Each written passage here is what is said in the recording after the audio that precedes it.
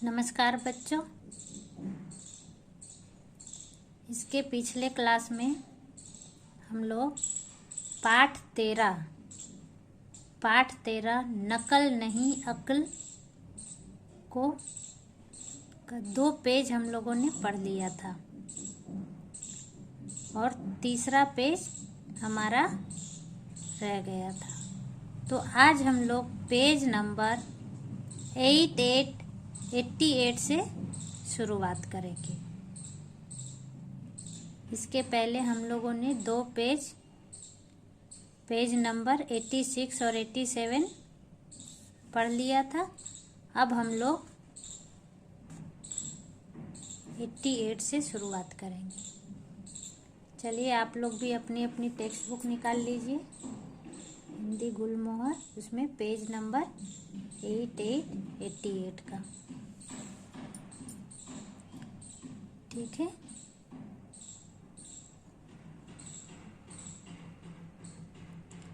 चलिए। तो हम लोग ने पढ़ा था कि गीदड़ भी शेर का नकल करके और शिकार करने के लिए निकल गया। तो जब उसने पूछा कि क्या मेरी आंखें लाल है, किसने पूछा था? गीदड़ ने। तो गीदड़ी ने बोला कि हाँ। फिर बाद में पूछता है, मेरी दुम भी तनी है? गीदड़ ने फिर पूछा, हाँ तनी तो है। गीदड़ी ने मुस्कुराते हुए बोली, हिलती भी होगी? गीदड़ ने सीना तान कर कहा, हाँ हिल भी रही है। गीदड़ी बोली। तो गीदड़ जब शेर का नकल करना शुरू किया तो वो जिस प्रकार शेर की भाषा थी बोलने की, उसी प्रकार गीदड़ ने भी बोलना शुरू कर दिया। गीदड़ छलांग मारकर मांद से निकला। मांद का अर्थ है वो अपने गुफा से निकला। रास्ते में उसे भी एक बैल मिल गया। जैसे ही गीदड़ निकला अपने मांद से, उसे भी एक बैल मिल गया। गीदड़ ने ना आओ देखा ना ताव, उस पर झपट्टा मार दिया। झपट्टा मारना मतलब उसके ऊपर हमला कर दिया। बैल को बहुत क्रोध आया, बैल को गुस्सा आने लगा। जब गीदड़ को अपने ऊपर झपट्टा मारते देखा तो उसे गुस्सा आ गया और गीदड़ को सींग पर उठाकर दूर पटक दिया। यहाँ पर देखिए, ये सींग, बैल के सींग का चित्र बना हुआ है। गीदड़ को सींग पर उठाकर दूर पटक दिया। कराहता और घिसटता हुआ गीदड़ मांद में वापस पहुंचा। कराहता हुआ मतलब जब बैल ने उसे जोर से कहीं दूर पटक दिया तो दर्द से कराहता हुआ और घिसता हुआ। घिसटता हुआ का अर्थ है वो घिसते घिसते जब चल नहीं पा रहा था तो किसी तरह अपनी मांद में वापस आ गया। वह गीदड़ी पर बरसने लगा, मतलब उसके ऊपर गुस्सा होने लगा और बोला, तुमने झूठ बोला था। ना मेरी आंखें लाल थी, ना दुम तनी थी। अगर ऐसा होता तो क्या बैल मुझे यूं पटकता? गीदड़ जो था वो गीदड़ी के ऊपर गुस्सा होने लगा और बोला कि तुम झूठ बोले थे।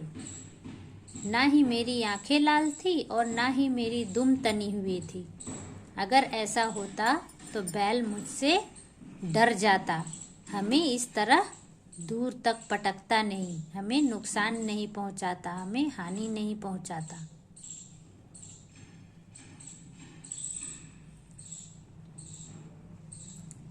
गीदड़ी उसे समझाते हुए बोली। गीदड़ी जो थी वो उसे समझाते हुए बोली, तुम शेर नहीं गीदड़ हो। बैल पर हमला करने के स्थान पर किसी खरगोश या हिरन को पकड़ते तो कुछ हाथ भी आ जाता और चोट भी ना खाते। अब वो बोल रही है, जो गीदड़ी थी वह उसे समझा रही है, किसे? गीदड़ को, कि तुम शेर नहीं हो तो आखिर गीदड़ ही। अगर तुम बैल के स्थान पर खरगोश या हिरन को पकड़ते तो शायद तुम कुछ हासिल कर पाते, और इतना जो तुम्हारे शरीर में चोट आई है वो भी नहीं होता। तो बच्चों, सफलता नकल करने से नहीं, अक्ल का इस्तेमाल करने से मिलती है।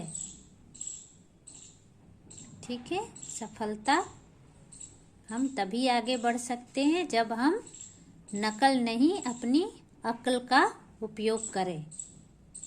बेचारा गीदड़ नकल के चक्कर में अपनी हड्डियां ही तुड़वा बैठा। किसकी हड्डियां टूट गई? गीदड़ की। और किसने पटका था उसे? बैल ने।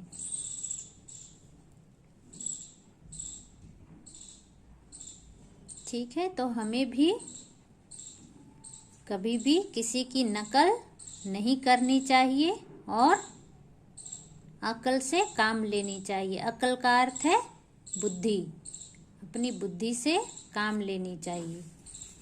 अब है, इस पाठ से हमने क्या सीखा?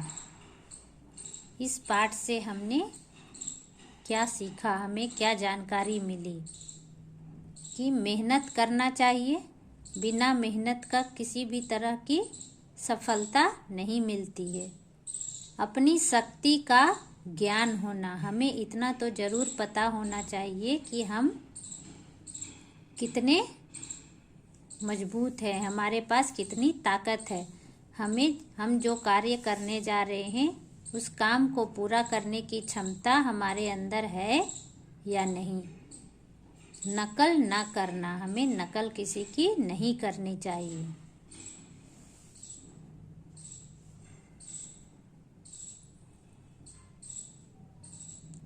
ठीक है, और इस कहानी के लेखक हैं उपेंद्र नाथ अस्क। ये जो हम कहानी अभी पढ़े, नकल नहीं अक्ल, उस कहानी के लेखक जो इस कहानी को इतनी सुंदर तरीके से लिखे हैं, उनका नाम है उपेंद्र नाथ अस्क। तो अगर आपको लिखने के लिए आए, नकल नहीं अक्ल कहानी के लेखक कौन है, तो क्या बताएंगे? उपेंद्र नाथ अस्क। चलिए, अब हम इसमें जितनी भी अंडरलाइन वाला शब्द है वो आपका होमवर्क है।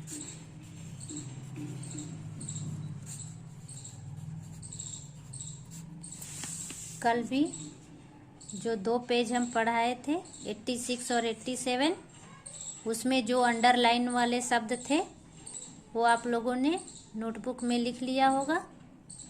अब आज पेज नंबर 88 में जो अंडरलाइन वाले शब्द हैं उन सभी को नोटबुक में लिखना है।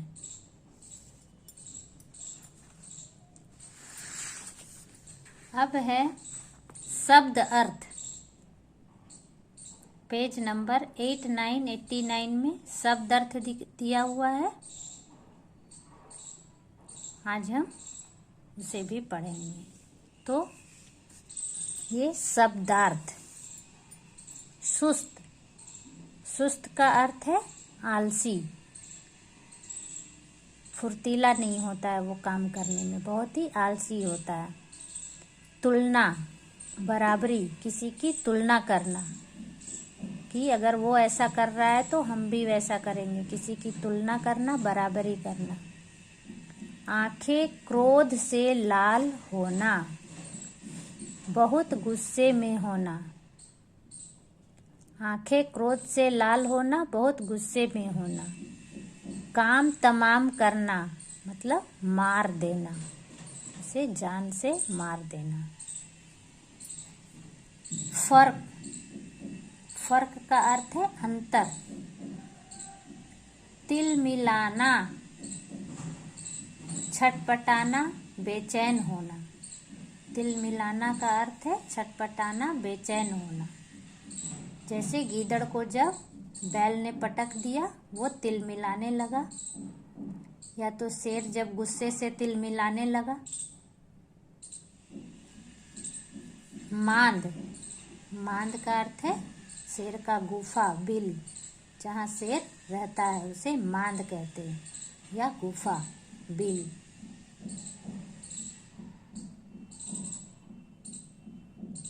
ठीक है।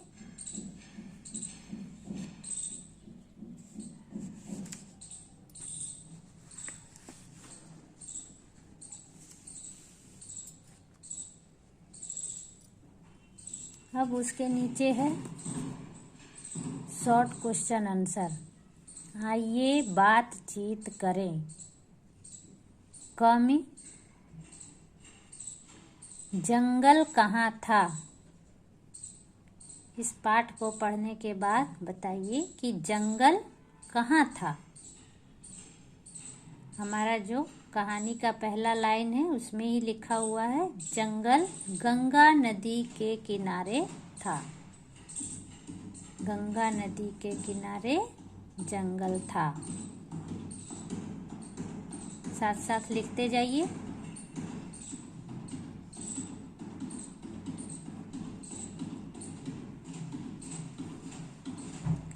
गंगा नदी के किनारे जंगल था। फिर ख में है शेरनी कैसी थी। तो इसका उत्तर क्या होगा, सोचिए अपने मन में। शेरनी कैसी थी। शेरनी बहुत मेहनती थी। वह बहुत ही मेहनत करती थी, दिन रात काम करती थी, बच्चों को संभालती थी, बाहर जाती थी, वहाँ से शिकार करके लाती थी तो शेर खाता था, इसलिए शेरनी बहुत ही मेहनती थी। गीदड़ किसकी नकल करता था। बताइए, गीदड़ किसकी नकल करता था। इसका अर्थ क्या होगा। गीदड़ शेर की नकल करता था। गीदड़ किसकी नकल करता था, शेर की। तो अब ये जो हमारा शब्द अर्थ है, ये भी हमारा होमवर्क है।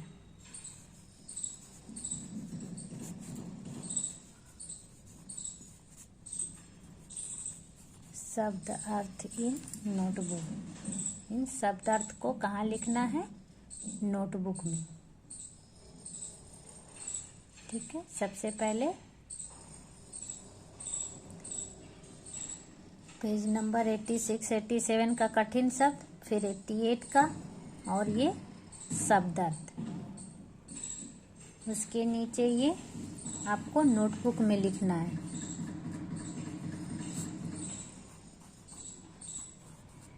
क्वेश्चन और आंसर दोनों लिखना है नोटबुक में। जंगल कहाँ था, जंगल पहले लिखेंगे, प्रश्नों के उत्तर दो। फिर क में जंगल कहाँ था, उत्तर गंगा नदी के किनारे जंगल था। या जंगल गंगा नदी के किनारे था। आपको इंग्लिश में आंसर नहीं, यहाँ उत्तर ही लिखना है नोटबुक में। और एक प्रश्न उत्तर के बाद 1 लाइन स्किप करना है। फिर है शेरनी कैसी थी, इसका उत्तर फिर उसके नीचे।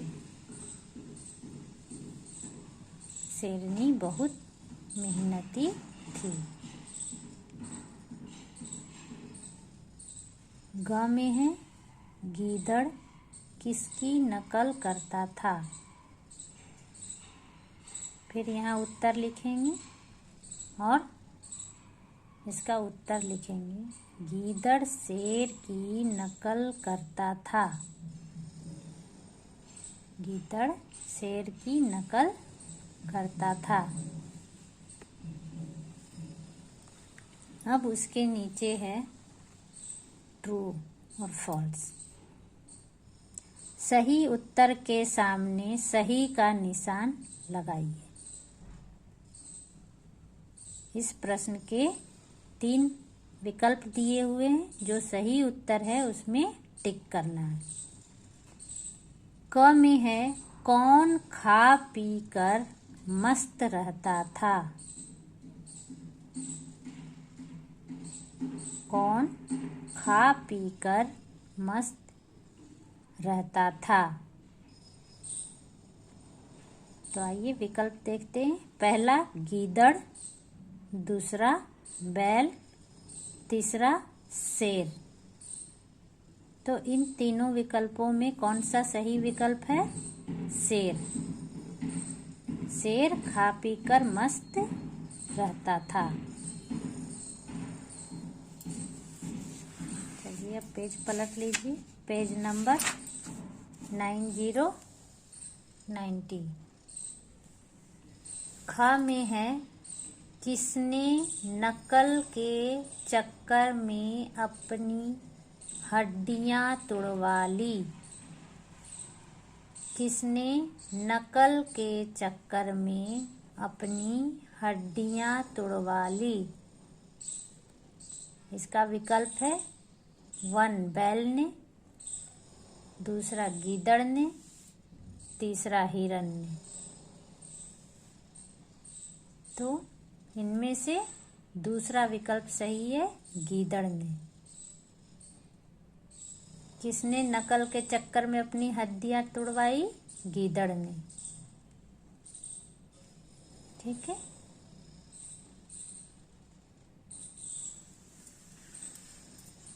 अब ये प्रश्न उत्तर छोड़ दीजिए और नीचे आइए। तीसरा प्रश्न में किसने कहा, किससे कहा। ठीक है।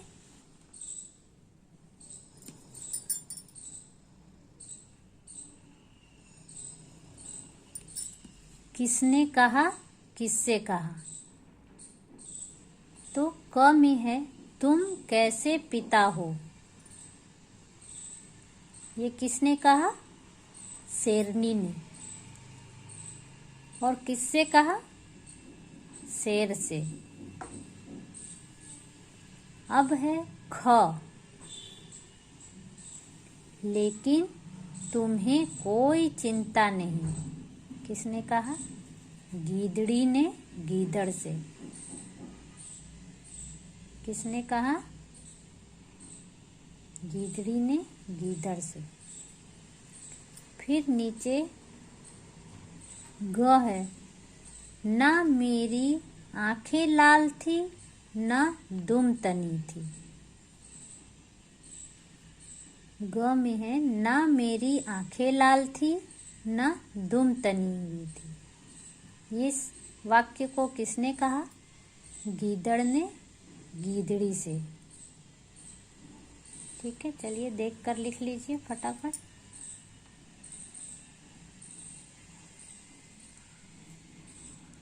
टेक्स्ट बुक में ही लिखना है, इसलिए फटाफट लिख लीजिए देखकर जल्दी से।